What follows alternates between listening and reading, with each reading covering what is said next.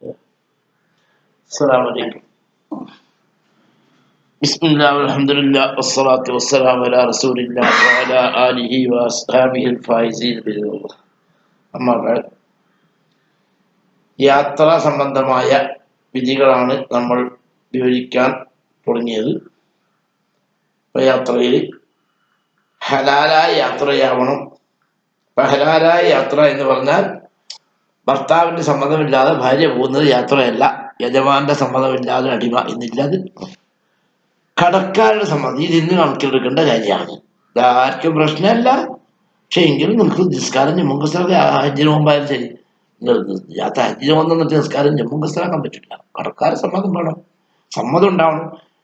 കടം വീട്ടാൻ കഴിവുള്ളവർ പോവുക, കഴിവില്ലാത്തവർക്ക് വിട്ടുവീഴ്ചിട്ട് യാതൊരു വഴിയുമില്ല. കഴിവ് വീട്ടാൻ കഴിയില്ല എന്ന് പറഞ്ഞതിന്റെ അർത്ഥം എന്താ? അതൊക്കെ പഴയ ക്ലാസ്സിൽ ഞാൻ പറഞ്ഞാൽ, ഒരാൾക്ക് കഴിവില്ല എന്ന് പറഞ്ഞാൽ നോട്ട് ബാങ്കിലില്ല എന്നല്ല, ഓൻ്റെ കടം വീട്ടാനുള്ള സ്വത്ത് ഓൻ്റെ എടുക്കുന്നത് കഴിവുള്ളതാണ്.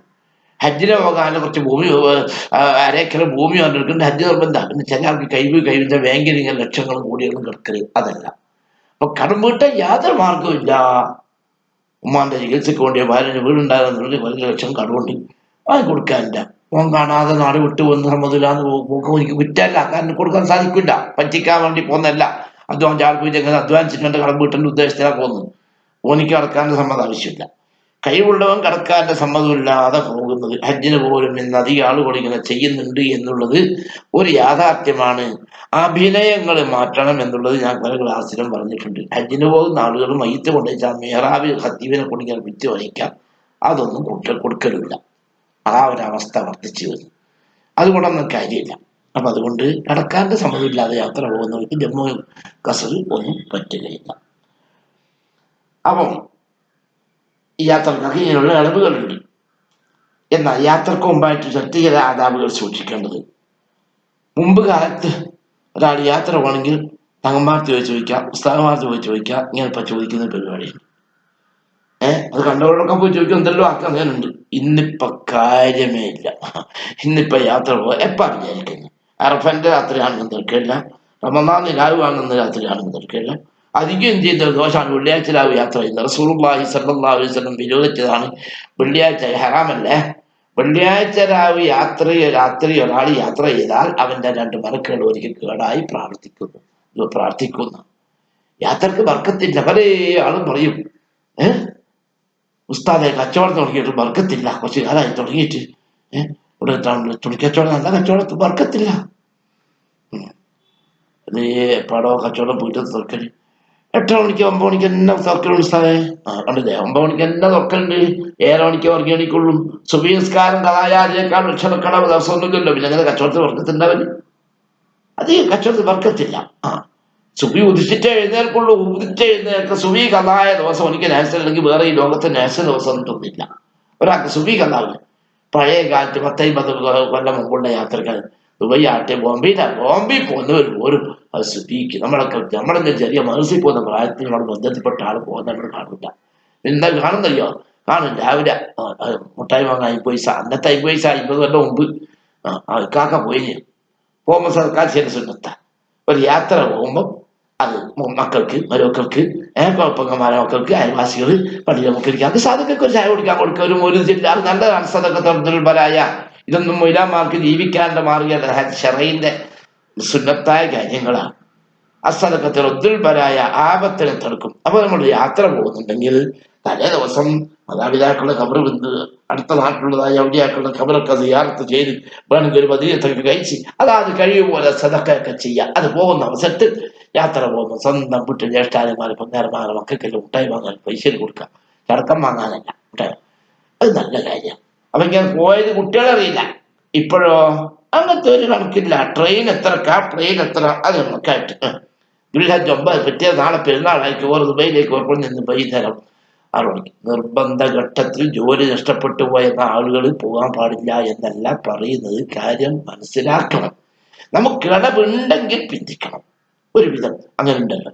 അതിന് ഒരു ദിവസം മുൻകൂട്ടി പോകണം. അല്ലെങ്കിൽ വ്യാഴാഴ്ച രാവിലെ പോയിക്കോ. വ്യാഴാഴ്ച അതിനെ വെള്ളിയാഴ്ച ലാവാക്കുന്നത്. റസൂലുള്ളാഹി സ്വല്ലല്ലാഹു അലൈഹി വസല്ലം വ്യാഴാഴ്ച യാത്ര പോലെ തബൂക്ക് യുദ്ധത്തിലേക്ക് വ്യാഴാഴ്ച നബി സല്ലല്ലാഹു അലൈഹി വസല്ലം പുറപ്പെട്ടു. വ്യാഴാഴ്ച യാത്ര പോകുന്നതിന് നബി സല്ലല്ലാഹു അലൈഹി വസല്ലം ഇഷ്ടപ്പെട്ടിരുന്നു. വ്യാഴാഴ്ച രാവിലെ യാത്ര പോകൽ സുന്നത്താണ്. പിറ്റേന്ന് ഇപ്പോഴത്തെ മാതിരിയല്ല, ട്രെയിനാ, പിറ്റേന്ന് ജുമാ നഷ്ടപ്പെട്ടാലും കുറ്റക്കാരനല്ല. വ്യാഴാഴ്ച രാവിലെ യാത്ര പോകുന്നവൻ വെള്ളിയാഴ്ച വണ്ടിയിലായി ജുമാ നഷ്ടപ്പെട്ട കുറ്റക്കാരനല്ല. വെള്ളിയാഴ്ച രാത്രിയോ വെള്ളിയാഴ്ച സുബഹിക്കോ പുറപ്പെട്ട് ജോലിക്ക് വഹിക്കുന്ന ജുമാ പോലോ ഹറാമാണ്. യാത്ര സുബഹിന്റെ ശേഷം യാത്ര ചെയ്താൽ ഹറാമാണ്. അപ്പോ വ്യാഴാഴ്ച കഴിയുന്നെങ്കിൽ യാത്രയാക്കാൻ നല്ലതാണ്. ആ യാത്രക്ക് ഏറ്റവും നല്ലതാണ്. അപ്പൊ അങ്ങനെ അത് രാവിലെ സമയത്താകാം. നബി സല്ലല്ലാഹു അലൈഹി വസല്ലം എല്ലാ വിഷയത്തിലും രാവിലെ അവനെ ഇഷ്ടപ്പെട്ടിരുന്നു. ഏത് കാര്യം നമ്മൾ എഴുന്നേറ്റ് നോക്കി അത് രാവിലെ എഴുന്നേറ്റ് ആ ദിവസത്തിന് വലിയ ദീർഘം ഉണ്ടാവും. നമ്മൾ യാത്ര നമുക്കറിയാലോ, ഇന്നും അറിയാലോ, അവിടെ ഗൾഫിൽ പോകുന്ന മോനെ യാത്ര അയക്കുന്നത് അന്നല്ല. അന്ന് രാവിലെ നേരം വെളുത്താലും സമയം തീരില്ലല്ലോ. നമ്മളെ സാധാരണ അലസമായ ഉറക്കം, നമുക്ക് എന്തെല്ലോ പണിയുണ്ടാവും. പഠിക്കാതെ മറ്റേ സാധനം വാങ്ങാണ്ടാവും, വീട്ടു സാധനം എടുക്കാണ്ടാവും. ഉറങ്ങി എണീറ്റ് കുളിച്ച് തുണികുപ്പായിട്ട് നമുക്ക് നാശനായിട്ട് ഒരുങ്ങി എല്ലാം കൂടി ഇറങ്ങും. സമയം 11 മണിയായല്ലോ. ഇപ്പം അതിൽ ബസ് തെറ്റി എല്ലാം കൂടി ഇന്നത്തെ ടൗണിൽ പോയി സാധനം വാങ്ങി വരും രാത്രി 8 മണി. അത് രാവിലെ ഒന്ന് എഴുന്നേറ്റ് നോക്കിയോ എത്ര ബറക്കത്താണ്. അതൊക്കെ എത്രയോ ഉറുതിയിലും വയതിലും കേട്ട കാര്യങ്ങളാണ്, കേൾക്കുന്നതല്ലാതെ കൽവിൽ കിടക്കുന്നില്ല. ആടും നായും തമ്മിലുള്ളതായ വ്യത്യാസം 100 പ്രാവശ്യം നിങ്ങൾ കേട്ടതാണ്, ഞാൻ പറയുന്നില്ല. 1-2 പ്രസവിക്കുന്ന നാട് ലോകത്ത് നിറഞ്ഞിരിക്കുന്നു. എത്ര ലക്ഷാരഫന്റെ നടക്കുന്നു. 4, 5, 6, 7 പ്രസവിക്കുന്ന നായിനെ കാണാനില്ലല്ലോ പറയത്തക്ക. എന്താ കാരണം? ആട് രാവിലെ ഏത് ആട്ടും കൂട്ടി പോയി നോക്കിയാലും ഭാഗ്യം എടുത്ത് എഴുന്നേറ്റ് നിന്ന് ചെവി കുറഞ്ഞ് എഴുന്നേറ്റ് നിന്നിട്ടുണ്ടാവും. നായോ 10 മണിയും 12 മണിയും 2 മണി 4 മണിക്ക് വരെ നായി ഹയാത്തുണ്ടാവും. 5-6 സുബഹി വാങ്ങുന്ന സമയത്ത് നോക്കിയാൽ കൂർക്കം ഇരിക്കുന്നുണ്ടാവും. അപ്പൊ രാവിലെ എഴുന്നേൽക്കുന്ന ശീലം ഉണ്ടാവുക. സുബഹി നമസ്കരിക്കുന്ന ദിവസം നഹ്സലിനെ കുറിച്ച് നഹ്സില്ല എന്നുള്ളത്. അപ്പൊ നഹ്സ് ദിവസങ്ങളിൽ സൂക്ഷിക്കുന്നത് നല്ലതാണ്.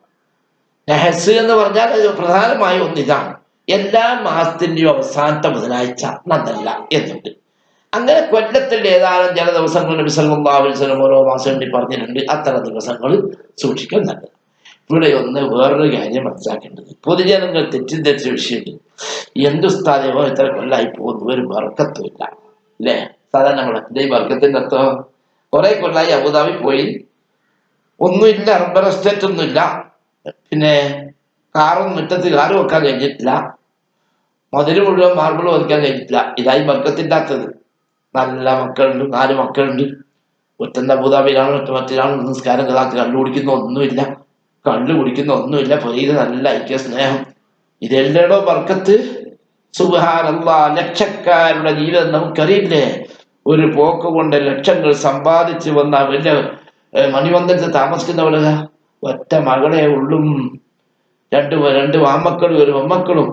കല്യാണം കഴിച്ച് ഭയങ്കര പടമംഗലം കഴിച്ച് കൊല്ലം 2 കഴിഞ്ഞപ്പോ അമ്മോശനും ബിയാപിടിയായിട്ട് ബന്ധുവില്ല, പെണ്ണാള് വെറ്റില്ല, മോള് പ്രസവിച്ച ആ കുഞ്ഞിനൊന്നും താലോലിക്കാൻ ഉപ്പാക്കും ഉമ്മാക്കും കിട്ടുന്നില്ല. ഇതല്ലേ ബർക്കത്ത് കുറവ്?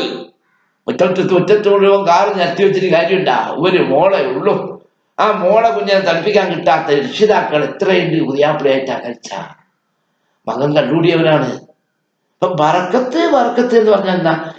ഞാൻ ഈ പറഞ്ഞ നേരെ എതിര് വശം നമ്മുടെ പരിസരത്ത് നമ്മുടെ കുടുംബത്തിൽ നോക്കിയാൽ ഒന്നുമില്ല. ഒരുപക്ഷെ വാടക വീട്, അല്ലെങ്കിൽ തറവാട്ടം ചെറിയൊരു വീട്ട് ഗളിൽ പോയിരിക്കുന്നു, ഒരു വീട് എത്തിക്കുന്നു, 2 പെൺകുട്ടികൾ കെട്ടിക്കുന്നു, ഫർളായ ഹജ്ജും ചെയ്തിട്ടുണ്ട്, തലവേദനയൊന്നുമില്ല. ഇതാണല്ലോ ഏറ്റവും വലിയ ബർക്കത്ത്. അവനക്ക് ആഖിറവും നഷ്ടപ്പെട്ടില്ല, ദുനിയാവും നഷ്ടപ്പെട്ടിട്ടില്ല. 10-20 കൊല്ലം ഗൾഫിൽ പോയിരിക്കുന്നു, 2 പെൺകുട്ടികളെ 3 പെൺകുട്ടികളെ കെട്ടിച്ചിരിക്കുന്നു, ഒരു ഓനിക്കോ യോജിച്ച ഏകദേശം തർക്കമില്ലാത്ത രൂപത്തിൽ താമസിക്കാൻ പറ്റുന്ന വീടുണ്ട്, മക്കളാരും കണ്ടുകൂടിയന്മാരില്ല, എല്ലാം നിസ്കരിക്കുന്നവരാണ്. ഇതാണല്ലോ ബർക്കത്ത്. ലക്ഷങ്ങളുണ്ട്, മോൾ ആരുടെ ഒളിച്ചോടിയിരിക്കുന്നു, മോൻ ആരെയോ കുട്ടി വന്നിരിക്കുന്നു, ഒന്നുമില്ല. എനിക്ക് കോടികൾ ഉണ്ടായിട്ടുള്ള കാര്യം, മുറ്റത്തായ കാറുണ്ടായിട്ടുള്ള കാര്യം. ബർക്കത്തിന്റെ അർത്ഥം ഒന്ന് മനസ്സിലാക്കണം. എന്റെ മോൻ കുറെ കൊല്ലായി പോയെന്ന് ബർക്കത്തിന്റെ അർത്ഥം സിയാദത്തുൽ ഖൈർ. നമ്മളൊക്കെ പരിചയത്തിൽ എത്ര ആൾക്കുണ്ട്? ഉപ്പാക്കും ഉമ്മാക്കും കൂടി 1 മോനേ ഉള്ളൂ, 2-3 പെൺകുട്ടികൾ, ഒറ്റ മോനേ ഉള്ളൂ. ഉപ്പാനെയും ഉമ്മാനെയും 2 ഒന്നിച്ച് കൂട്ടി കൈ പിടിച്ച് ഹജ്ജ് ചെയ്ത് വന്ന് 3 പെങ്ങന്മാരെയും കെട്ടിച്ച് നല്ല പിടിച്ചമായി. എന്തൊരു ഭാഗ്യ! 14 വെറ്റിന് 12 ഗൾഫിലാ.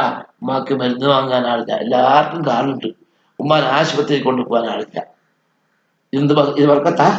8 മക്കളുടെ 8 കാറ്. പക്ഷെ ഉമ്മാനും കുട്ടി ആശുപത്രിയിൽ പോകാനാവില്ല. ഉമ്മാക്കൊന്ന് കയമ്പം കാണിക്കാൻ കഴിഞ്ഞിട്ടില്ല. ഇത് ബർക്കത്താണോ?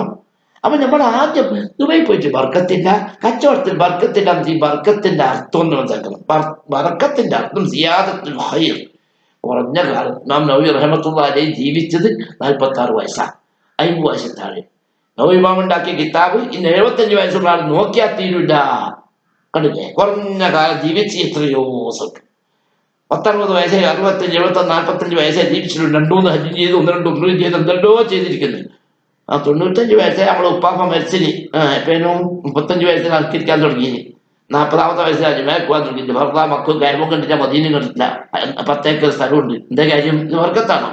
അപ്പൊ ബർക്കത്തിന്റെ അർത്ഥം സിയാദത്തുൽ ഖൈർ. ഇൻഷാ അല്ലാഹ് ബാക്കി നാളെ. അസ്സലാമു അലൈക്കും.